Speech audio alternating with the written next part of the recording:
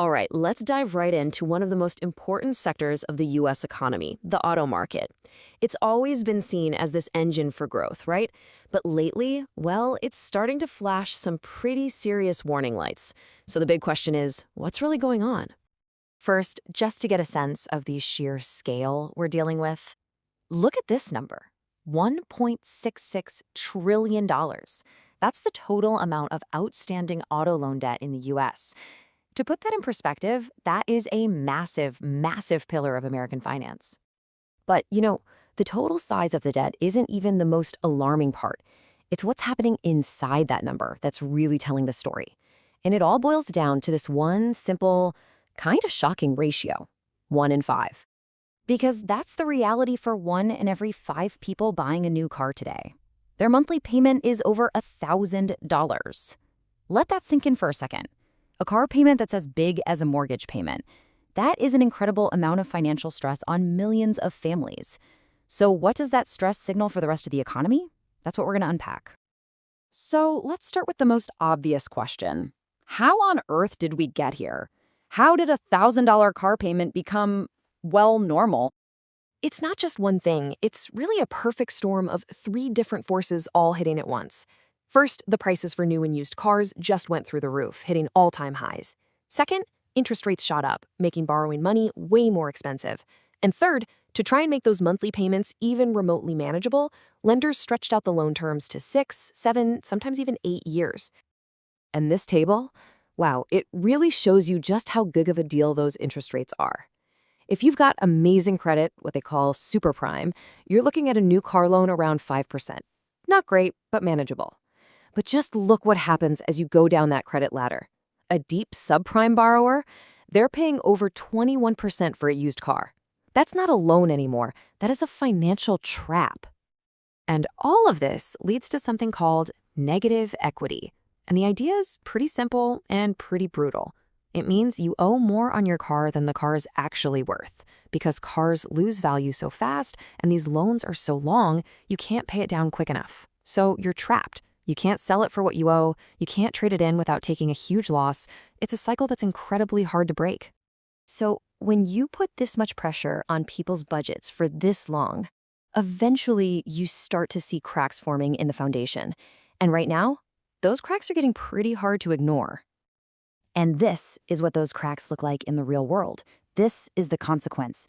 When people just can't make those massive payments anymore, the repo man comes calling. And we're seeing repossessions spike to levels we haven't seen since 2009, right in the heart of the great financial crisis. That is a huge red flag for financial distress. But honestly, this chart might be the most jaw-dropping piece of data in this whole story. You'd expect subprime borrowers to have a tough time, right? That's kind of baked in. But look at the other end of the spectrum. The rate of people falling seriously behind on their payments, we're talking 90 days or more, is up almost 50% for prime borrowers. And for super prime borrowers, the people with the best credit scores, it's more than doubled. That is the canary in the coal mine, and it is screaming. So you hear words like subprime, surging defaults, financial stress, and it immediately brings up that one big, scary question that's probably on your mind right now.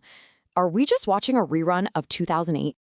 And you know what? The parallels are definitely there, and they're kind of creepy.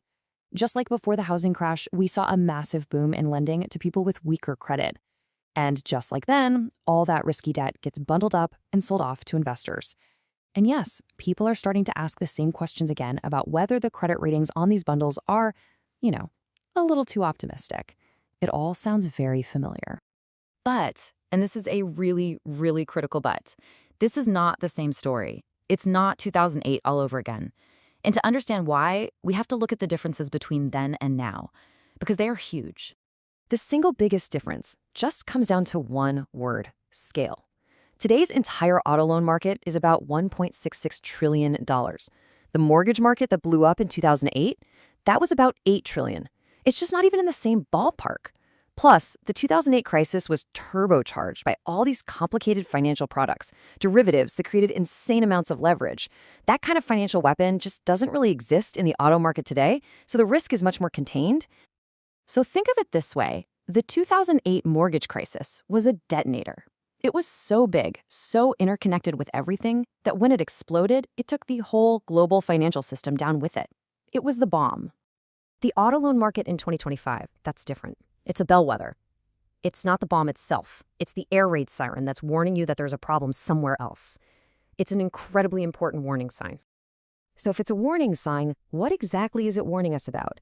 What is the real message that the auto market is sending about the health of the entire economy? Well, to get it, you have to understand how most people prioritize their bills.